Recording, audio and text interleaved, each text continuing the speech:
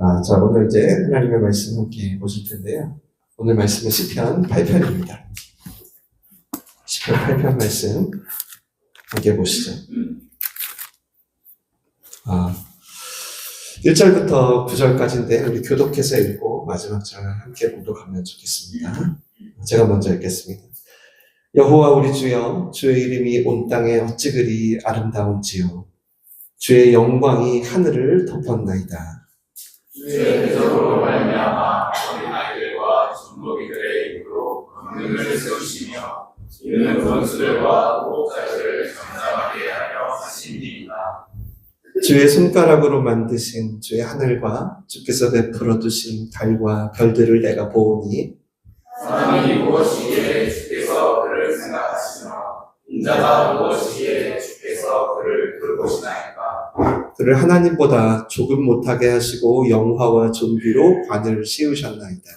주의 손으로 만드신 것을 다스리게 하시고 만물을 그의 발 아래 두셨으니 곧 모든 소와 양과 들 짐승이며 인중의 새와 바다의 물고기와 바닷길에 다니는 것입니다. 함께 읽겠습니다. 여호와 우리 주여, 주의 이름이 온 땅에 어찌 그리 아름다운지요.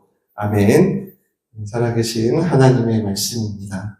참 이렇게 인간의 고백이 성경으로 지어져서 지금도 우리의 고백이 될 수 있다는 게 참 놀라운 것 같습니다. 저희가 기적의 노래 시편이라는 주제로 시편 시리즈를 시작했죠. 벌써 오늘 3주째가 되었습니다.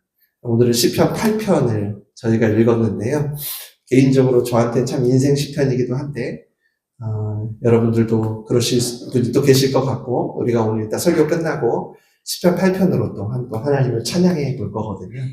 오늘 이 시편이 여러분의 시편이 되고, 또 이 시편이 여러분 가운데 한 주간 되새김질 될 때마다 약속하셨던 하나님의 복이 여러분에게 임할 줄 믿습니다. 혹시 여러분 넷플릭스 좋아하시죠? 저는 별로 그렇게 좋아하진 않고 저희 아내가 굉장히 사랑하는데 넷플릭스에서 제가 좋아하는 게 딱 하나 있습니다. 다큐멘터리를 굉장히 좋아해요. 좋은 다큐멘터리가 나오면 아내가 저에게 소개를 하는데, 얼마 전에 제가 언노운이라는 다큐멘터리를 보게 되었습니다. 우주에 관한 이야기고요. 2021년 제임스 웹 망원경이라는 우주 망원경을 깊은 우주, 딥필드라는 곳에 보낸 이야기예요. 거기서 이 망원경으로 찍은 사진 하나가 이제 엄청난 파장을 일으킨 거죠. 그게 바로 이 사진인데요. 예. 별로 안 놀라실 줄 알았습니다. 저도 몰랐을 때는 이게 뭘까 했는데, 이제 옆에가 제임스 웹 망원경이고요. 오른쪽이 첫 번째, 최초의, 인류 역사상 최초의 딥필드의 사진입니다. 이 사진에만 자그마치 별이 아니라 은하가 7,000개 이상이 있다고 합니다. 이 사진 한 장이면 그 중에 가장 먼 것은 여러분 놀라지 마세요. 131억 년 거리에 있다고 합니다. 빛의 속도로 131억 년 전에 우주의 어떤 곳에서 출발한 적외선이 망원경에 포착이 된 거야. 그러니까 이제 참고로 현재 저희가 생각하는 우주의 나이가 138억 년이거든요. 그러니까 거의 타임머신인 겁니다. 그래서 이 넷플릭스의 제목이 타임머신이더라고요. 우주로 보낸 타임머신. 그러니까 131년 전의 빛을 지금 본 거죠. 근데 더 기가 막힌 거는 이제 이 연구원이 이제 나사의 국장에게 보고를 하는 거예요. 보고를 하는데 이런 비유를 해서 보고를 하더라고요. 그대로 읽어드릴게요. 근데 국장님, 이 사진은요, 모래 한 줌도 아닌 모래 한 알 정도 크기입니다. 라고 얘기합니다. 모래 한 줌이 아니라 모래 한 알. 도대체 우주가 얼마나 크길래, 얼마나 많은 은하와 별들과 행성이 있길래, 여러분 지구는 아시죠? 별이 아닙니다. 별에도 안 들어가요. 스스로 빛을 발광을 못하니까. 예. 태양계에서는 오직 태양 하나만 이제 별인 거죠. 지구는 행성이고. 근데 그 별의 숫자도 헤아릴 수 없을 정도라는 겁니다. 네, 여기서 이 설명을 듣던 나사 국장이 이걸 대통령한테 보고를 해야 되잖아요. 네, 이 기쁜 소식을. 근데 이제 이 일을 보고하는데 이렇게 말을 해요. 이게 제가 참 인상적이어서 가지고 왔어요. 이렇게 얘기합니다. 이렇게 우주가 크다는 걸 알게 돼서 저는 제가 누구인지, 제가 왜 태어났는지, 내가 어떤 존재인지, 제가 어디쯤 왔는지 정말 궁금해졌습니다. 라고 하더라고요. 이게 어떤 얘기인 거죠? 대통령에게 내가 어떤 의미를 찾게 됐다는 보고를 한 거예요. 의미. 그리고 이 다큐멘터리 후반부에 보면 대통령이 막 감격을 하면서 여러분 우리가 지금 우주의 역사를 보고 있습니다. 막 하면서 이제 국민들에게 발표하는 장면이 나오고요. 그리고 이 사진의 의미를 원래 알았던 사람들이 이제 나사가 이 사진을 공개하자마자 막 울어. 감격스러워하면서 막 눈물을 흘립니다. 그리고 이제 막 인터뷰하는 장면들 쭉 나오면서 다큐멘터리가 이제 끝나는데 제가 이걸 보면서 오늘 저희가 읽었던 시편 8편이 떠올랐습니다. 아마도 오늘 시인도 밤하늘의 별을 보고 있었던 것 같아요. 당시 무슨 공해가 있겠습니까? 대기 오염이 있겠어요? 얼마나 수많은 별들이 보였겠습니까? 수많은 별들을 보면서 시인은 오늘 창조주를 떠올립니다. 그래서 오늘 3절을 읽고 1절을 읽으면요 이렇게 돼요. 자, 3절 먼저 읽겠습니다. 시작. 주의 손가락으로 만드신 주의 하늘과 주께서 베풀어 두신 달과 별들을 내가 보니. 즉 제임스 웹 망원경에서 본 그 우주를 본 감격을 시편 기자가 밤하늘을 보면서 망원경은 없지만 느낀 거예요. 근데 그 감격이 어디로 이어지냐면 1절입니다. 시작. 여호와 우리 주여 주의 이름이 온 땅에 어찌 그리 아름다운지요. 주의 영광이 하늘을 덮었나이다.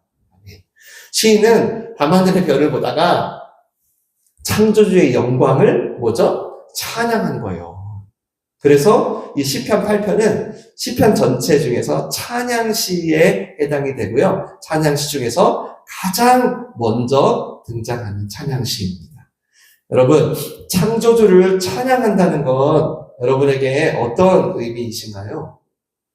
여러분, 하나님을 찬양한다는 건 어떤 의미인가요? 우선 타락한 인간은 하나님이 이 창조성을 온전히 알아보지 못합니다. 애석하게도. 그래서 그저 보이는 대로 판단을 하고 아는 것이 힘이다. 아는 만큼 보인다. 이렇게도 말하고 해요. 이미 하나님의 영광이 온 땅과 하늘과 온 세상에 충만한데 모든 피조물에 명백히 드러나 있는데 알아보지를 못합니다. 그래서 어느 날 예수 그리스도로 인해 여러분이 하나님을 창조주로 믿게 된 이후부터는 명백한 특징들이 나타나는데 그 전에는 어떤 그랜드 캐니언 같은 광경을 보고도 그 장관에 잠시 취할 수는 있어도 거기서 창조주의 손길을 여러분이 발견하는 건 아니거든요. 그래서 오늘 시편이 쓰여질 당시도 별들의 움직임을 보고 별들이 떨어지잖아요. 그러면 누군가 막 죽었다고 여겼었어요. 그 다음에 새로운 별들이 막 나타나잖아요. 그러면 어디서 위대한 인물이 탄생했나봐 막 그런 얘기도 있고요. 근데 이 창조주의 구원을 경험한 사람들은 이제 온 세상을 보면서 이거는 인간의 운명이 아니라 하나님 하고 창조주의 이름을 찬양하게 된다는 거예요. 여러분도 이런 경험이 아마 있으셨을 수도 있겠어요. 저도 개인적으로 고등학교 2학년 때 생물 시간에 DNA와 RNA에 대한 암기 과목을 외우면서 창조주 하나님을 만났던 경험이 있어요. 여러분 다 다르시겠지만 있으실 거예요. 창조주. 네. 아까 제가 또 하나 나눴던 나사 국장이 딥필드의 그 장면을 보면서 무슨 얘기를 했죠? 내가 누구인지 그 존재의 질문을 던졌잖아요. 오늘 시인도 동일하게 그 질문을 던지죠. 무슨 말이냐면 창조주를 바라보는 사람들, 여러분이 창조주를 오늘 찬양하면 창조주를 찬양한 사람들은 반드시 이 창조주와 나 사이에 엄청난 격차가 있음을 발견하게 된다는 겁니다. 우리 4절을 한번 읽어볼까요? 시작. 사람이 무엇이기에 주께서 그를 생각하시며 인자가 무엇이기에 주께서 그를 돌보시나이까. 이게 창조주를 바라보는 자들의 일관된 반응입니다. 여기서 사람이라는 단어는 히브리어 에노스예요. 에노스 들어보셨죠? 죽을 수밖에 없는 한계가 분명한 이란 뜻입니다. 창세기 4장에 가인이 동생 아벨을 죽이고 다른 아들인 셋의 아들 중에 에노스라는 아들이 태어나요. 그때 성경에 그때부터 비로소 사람들이 여호와의 이름을 불렀더라라고 합니다. 즉 내가 죽을 수밖에 없는 존재임을 깨닫고 나니까, 내가 부서질 수밖에 없는 먼지와 같은 존재라는 걸 알고 나니까 그제서야 하나님을 찾고 불렀다는 거예요. 창조주 하나님을 배웠더니 내가 너무나 허무한 존재구나. 나사 국장처럼 내가 너무 작은 존재구나 하게 됐다는 거예요. 그러나 여기 반전이 있죠. 뭐죠? 그런 허무한 존재를 어찌 창조주께서 생각하고 돌봐주시느냐는 거예요. 이게 오늘 우리 설교의 핵심인데, 아니 온 우주를 지은 분이 나 같은 하찮은 인간을 생각한다고? 그 위대한 창조주가 나를 마음에 품고 나를 친히 돌봐준다고? 그래서 시인은 혼란을 느낀 거예요. 그래서 이렇게 질문할 수밖에 없었다는 거예요. 아니 이 광활한 우주에 비해 나는 너무나 보잘것없는 존재, 난 지구가 어디에 붙어있는지도 모르는데 하나님의 마음이, 창조주의 마음이 나에게 있다고? 이것에 대한 가장 강력한 증거가 뭐죠? 바로 인간이 하나님을 떠나 살았음에도, 창조주를 잊어버렸음에도 우리를 포기하지 않고 우리를 구원하기 위해 독생자 예수님을 보내주신 거죠. 그래서 그 사실을 믿는 자마다 이 고백을 하지 않을 수가 없었던 거예요. 내가 무엇이기에, 사람이 무엇이기에. 그래서 그리스도인은 창조주를 만나는 순간 가장 먼저는 초라한 자신을 발견합니다. 창조주를 찬양하는 순간 누구나 열애 없이 나의 자아금을 알게 돼요. 그리고 그런 자신을 깨닫는 순간 그 다음 어떻게 되죠? 창조주의 돌보심을 경험하게 됩니다. 그래서 오늘 이 창조주의 돌보심이 뭔지 여러분에게 좀 더 나눌 거예요. 창조주의 돌보심, 내가 하나님을 찬양할 때 주어지는, 내가 하나님을 바라볼 때, 창조주 앞에 설 때 너무나 내가 작아지지만 동시에 창조주의 돌보심이 시작된다는데 그 돌보심이 뭘까? 우리가 한 주간 또 암송하면서 이 시편을 나의 고백으로 만들어 보려고 해요. 첫 번째 이 돌보심은 헤세드라는 뜻이에요. 헤세드, 우리말로 번역하면 인자와 자비, 히브리어로 하면 허리를 구부리다, 아랫사람에게 윗사람이 몸을 굽히다, 긍휼히 여기다, 이런 뜻이에요. 말씀을 한 구절 찾아왔습니다. 출애굽기 함께 읽어볼게요. 시작. 네가 만일 이웃의 옷을 전당 잡거든 해가 지기 전에 그에게 돌려보내라. 그것이 유일한 옷이라. 그것이 그의 알몸을 가릴 옷인즉 그가 무엇을 입고 자겠느냐. 그가 내게 부르짖으면 내가 들으리니 나는 자비로운 자임이니라. 아멘.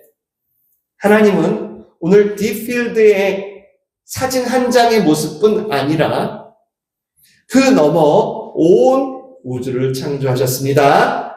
아멘. 그런데 그분이 우리를 보시려고 이렇게 몸을 구부리신다는 거예요. 이게 돌보심입니다. 이렇게. 이게 돌보심입니다. 우리의 아픔과 슬픔과 눈물을 보시려고 이렇게 온 우주를 지으시고 품으신 분이 겸손히 몸을 굽혀 우리의 이야기들을 들으신다. 이게 바로 돌보심의 뜻입니다. 여러분 진짜 하나님 찬양하셔야겠죠? 일주일에 한 번만 하실 게 아니고 한번 생각해 보세요. 무슨 하나님이 옷 한 벌 전당포에 저당 잡힌 것까지 신경을 씁니까? 아까 딥필드만 봐도 거기서 여러분 지구는커녕 태양을 품고 있는 태양계, 아니 태양계를 품고 있는 은하계도 못 찾아요. 절대 못 찾습니다.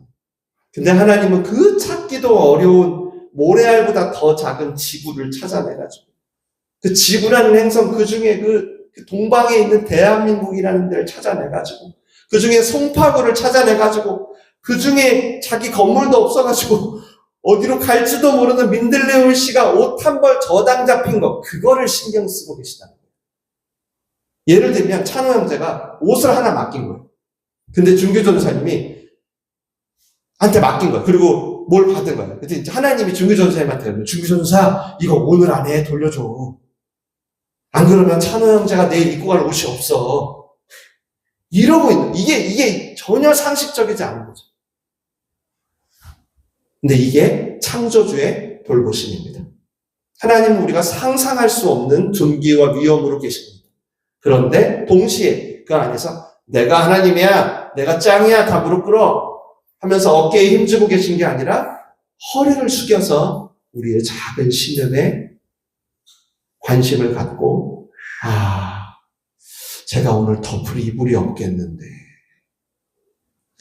이번 주 먹을 쌀이 없겠는데 하는 분이라는 거예요.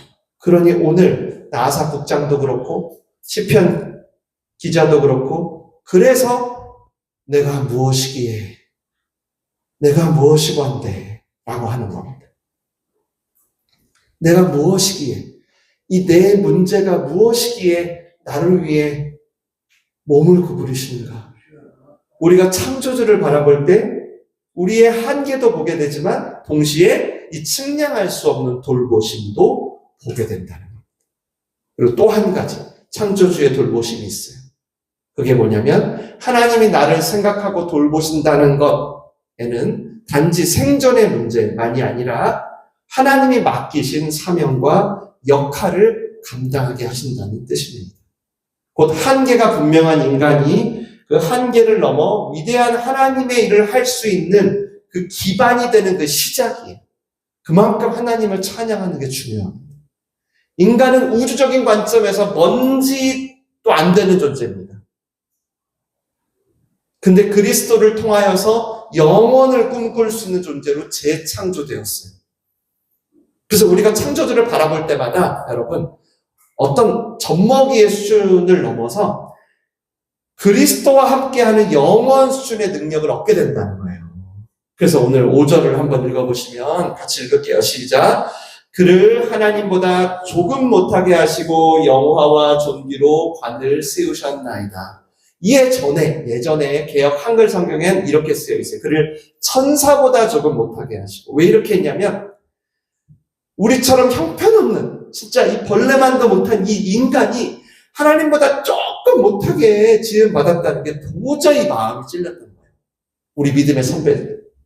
그래서 이제 개역 한글 성경에는 천사보다 못하게 죠. 근데 원문은 성경 원어는 하나님보다 조금 못하게가 맞습니다.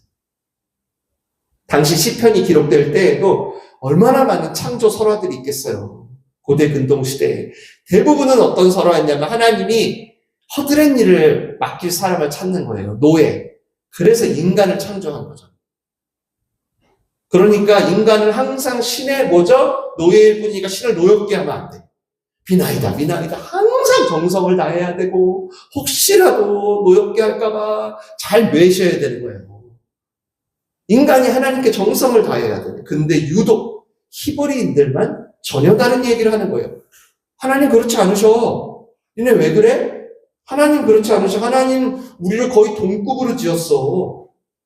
여러분 이거는 우리의 위치를 거의 최상으로 올려주신 거예요. 여러분 자녀가요. 아무리 엉뚱한 짓을 해도 부모의 형상이 있어요? 없어요? 있잖아요. 똑같이 우리 속에도 하나님의 형상이 있다는 겁니다. 끊임없는 반역에도 하나님이 우리를 지켜주시는 이유예요. 그래서 6절도 보시면 이렇게 자기와 동급이기 때문에 하나님은 친히 맡겨주실 게 있다고 하십니다. 함께 읽겠습니다. 시작. 주의 손으로 만드신 것을 다스리게 하시고 만물을 그의 발 아래에 두셨으니 모든 소와 양과 들짐승이며 공중의 새와 바다의 물고기와 바닷길에 다니는 거지니이다. 아멘. 창세기 말씀이 생각이 나죠. 하나님이 자기 형상대로 사람을 지으시고 생육하고 번성하여 땅에 충만하라 모든 만물을 다스리라 하셨던 말씀. 그래서 여러분, 우리는 하나님이 창조하신 세상을 다스릴 권한이 있는 존재예요. 이걸 믿으시길 바라요. 여러분이 오늘 말씀 들으시고 한 주간 창조주를 찬양하고 창조주를 바라볼 때마다 이 권한이 회복될 줄 믿습니다. 그래서 우리가 보통 비전, 사명, 부르심 이런 것들은 다 여기서 나오는 거예요. 다 여기서 나옵니다. 하나님이 창조하신 영역이 많잖아요. 맞죠? 엄청 많을 거 아니에요. 근데 그게 죄 때문에 어떻게 됐어요? 무너졌단 말이에요. 하나님의 그 창조의 디자인, 창조하신 질서에서 무너졌단 말이에요. 그래서 그 중에서 주님, 저는 이 부분을 좀 회복할게요. 저는요, 여기를 본래 창조주의 디자인대로 좀 다스려 볼게요.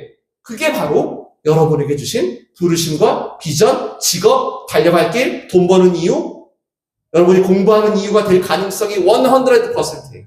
하나님 입장입니다. 여러분은 다 다를 수 있는데 저는 오늘 그 진리를 전하는 거예요. 제가 저 부분 회복할게요. 그게 때로는 사람, 가정, 공동체, 사회, 문화, 경제, 스포츠 다양하게 나타나는 거죠. 그리고 그 다스림은 어떤 정복하는 게 아니라 섬김으로 나타나죠. 오늘 하나님이 우리에게 허리를 숙이셨던 거죠. 우리도 하나님의 방식으로, 예수님의 방식으로 모든 피조 세계를 돌보려고 시도하는 것. 바로 그런 존재로 지음받았다는 걸 오늘 시인이 고백하는 거예요.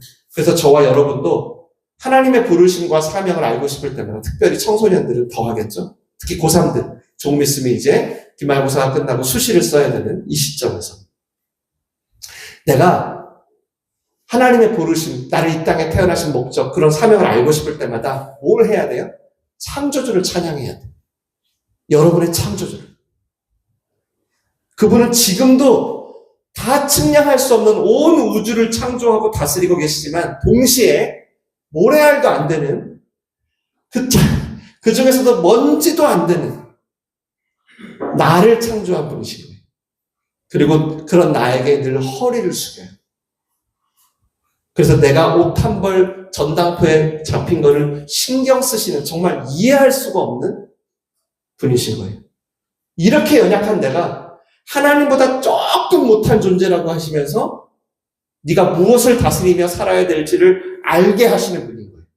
그게 언제? 여러분이 창조주를 찬양할 때, 창조주를 바라볼 때, 나의 크리에이터, 나의 디자이너, 나의 공급자, 나의 보스 누구인지 바라볼 때 시편은 그걸 도와줄 거예요. 최근에 한 선배님이 쓴 칼럼에서 인간은 언제나 물음표 같다라는 글을 봤어요. 왜 인간이 물음표일까? 늘 자신이 어떤 존재인지 질문하기 때문인 거죠. 도대체 내가 누굴까? 나는 왜 여기 있을까? 어떤 존재일까? 아까 제임스 웹 망원경을 우주에 올리는데 약 12조 원이 들었다. 아, 진짜 거의 미친 것 같아요. 이거 한 장 찍으려고. 대단하죠? 그리고 이걸 운영하는데 또 어마어마. 근데 그걸 왜 할까? 제가 생각해 봤어요. 왜 할까? 설교 준비하면서. 생각해 보니까요. 바로 이 물음 때문이 되겠다. 이 물음 때문. 도대체 내가 인간이 어떤 존재일까? 알아보려고 자꾸 유전자도 쪼개보고 우주도 나가보고 그 단서를 조금이라도 찾을까 하는 거죠. 그런데 어쩌나 그렇게 할 때마다 인간은 그 물음표에서 말 없음 표가 돼버리더라고요. 말 없음 표가 뭔지 알죠? 점점. 열심히 물음표를 던져봤는데 결국 답을 모르는 거예요. 그러니까 점을 찍을 수밖에 없는 거예요. 모르겠다. 점점점. 그러나 인간이 여러분 느낌표가 되는 때가 있습니다. 언제일까요? 바로 창조주를 바라볼 때. 여러분이 창조주를 찬양할 때. 그때 비로소 나를 발견하는 거예요. 오늘 시편은 그걸 말씀하는 거예요. 인간은 물음표로 시작해. 맞아. 거기서 말 없음표의 삶을 살다가 비로소 느낌표의 인생이 되는 거야. 오늘 시편 기자도 바로 그런 과정을 겪었다는 걸 9절의 가사를 통해서 우리에게 전달해 줘요.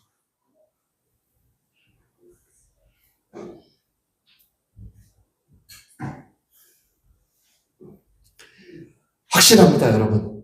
아주 단언하게 말씀드릴게요. 인간은 자기를 만든 창조주 앞에서 자기 존재를 발견합니다. 인간은 하나님의 작품이에요. 아셨죠? 아무리 부서지고 무기력하고 연약하고 아무리 망가졌어도 여러분 인간의 본질은 하나님의 작품이에요. 그러니까 AS도 그분이 하시는 거예요. AS도 그분이 만들었으니까. 그래서 하나님의 작품으로서 지속적인 돌보심을 받는 존재가 우리인 거고 동시에 하나님이 만드신 모든 창조 세계를 돌보는 사명을 받은 존재가 우리인 거예요. 그러니 우리는 창조주 하나님을 해가 뜰 때부터 해가 질 때까지 밤이나 낮이나 날씨가 맑을 때나 흐릴 때나 때를 얻을 때나 못 얻을 때나 호흡이 닿을 때까지 찬양해야 하는 것입니다. 왜 이런 찬양 가사들이 시편에 나왔는지 이제 좀 아시겠죠? 왜 시편이라는 인간의 고백이 성경이 되었는지 마지막 9절 읽고 설교를 마치겠습니다. 시작. 여호와 우리 주여 주의 이름이 온 땅에 어찌 그리 아름다운지요. 아멘. 아까 1절에 똑같이 나왔죠. 즉 오늘 시인은 이 고백으로 시작해 이 고백으로 끝맺습니다. 이건 단지 돌림 노래가 아니에요. 이거는 주야로 내가 창조주께 할 수 있는 반응이 이것밖에 없다는 얘기예요. 위대하신 창조주의 허리 숙이심에 대하여 이렇게 연약한 나를 하나님보다 조금 못하게 하심에 대하여 인간이란 존재가 할 수 있는 반응, 할 수 있는 리액션이 아무리 생각해봐도 찬양밖에 없다는 거예요. 그렇게 창조주 앞에 자신의 한계를 인정하고 동시에 창조주의 부르심을 따라가는, 그렇게 이 땅에서 창조주의 돌봄을 받으며 이 땅을 돌보는 모습이 어느새 찬양으로 만들어지고, 그러면 이제 우리의 찬양이 될 수도 있겠네요. 여러분의 인생 가운데도 이 창조주의 돌보심이 주야로 울려 퍼지시길 바랍니다. 창조주를 높이세요. 높이세요. 그럴수록 내가 낮아지는 것 같지만 아니에요. 여러분도 함께 높아지는 거예요. 나도 내 자리를 찾아가는 거라고요. 그러니까 자주 높이세요. 두려우신 분들, 그런 분들은 더 자주. 그래서 인간의 자존감을 회복하는 가장 근본적인 방법이 창조주를 찬양하는 거예요. 어떤 인간이든 늘 주야로 찬양하는 분들 계시죠. 그런 분들이 늘 잘 사는 거예요. 늘 하나님을 찬양하는 걸 즐거워하는 분들. 어차피 우리 중에 여기 앉아 계신 분 중에 자기 생명을 자기가 스스로 태어나서 선택해서 태어난 분 계세요? 아무도 없어요. 삶의 자리, 삶의 시간, 자기가 정한 사람. 우리 중에 그런 사람이 어디 있어요? 다 창조주께 주어진 거지. 그러니까 창조된 형상답게 주야로 창조주를 바라보며 창조주의 돌보심을 받아야 그게 잘 사는 거예요. 그게 웰빙입니다. 이번 주는 9절 중에 제가 정해드리지 않을 거예요. 한 절을 스스로 정해보세요. 한 절만 암송하시면 돼요. 9절 중에. 그리고 때를 얻든지 못 얻든지 이 9절을 통해 창조주를 찬양하세요. 그리고 그분의 돌보심 가운데 들어가세요. 아셨죠? 이번 한 주도 우리 함께 기적의 노래를 한번 써봅시다. 기도하겠습니다.